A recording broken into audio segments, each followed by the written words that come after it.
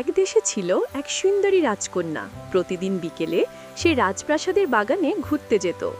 একদিন খেলতে খেলতে হঠাৎ বলটি তার হাত ফসকে ফোয়ারায় পড়ে গেল।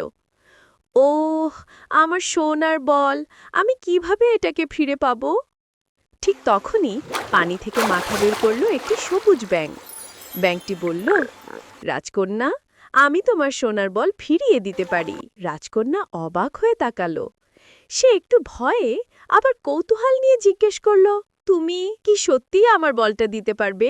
ব্যাঙ হাসলো আর বলল, অবশ্যই পারবো, তবে তার আগে আমাকে একটা প্রতিশ্রুতি দিতে হবে। রাজকন্যা কাঁদো কাঁদো গলায় বলল, কি প্রতিশ্রুতি? ব্যাঙ গম্ভীরভাবে বলল, তুমি আমাকে তোমার বন্ধু বানাবে।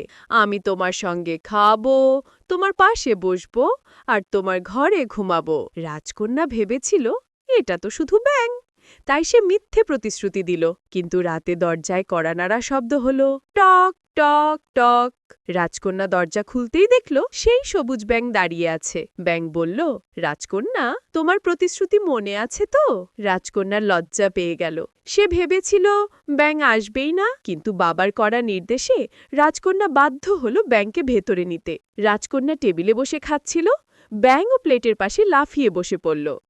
তারপর খাটে গিয়ে বলল, এখন আমি তোমার পাশে ঘুমাবো। রাজকন্যা ঘুমাতে যাচ্ছে, ব্যাঙ লাফ দিয়ে খাটে উঠে বসে, এখন আমি তোমার পাশে ঘুমাবো।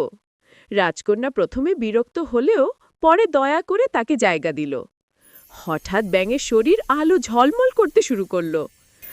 আমি এক দুষ্ট জাদুকরের অভিশাপে ব্যাঙ হয়েছিলাম। তোমার প্রতিশ্রুতি আর দয়ার কারণেই আজ মুক্ত হলাম। রাজকন্যা খুশি হলো।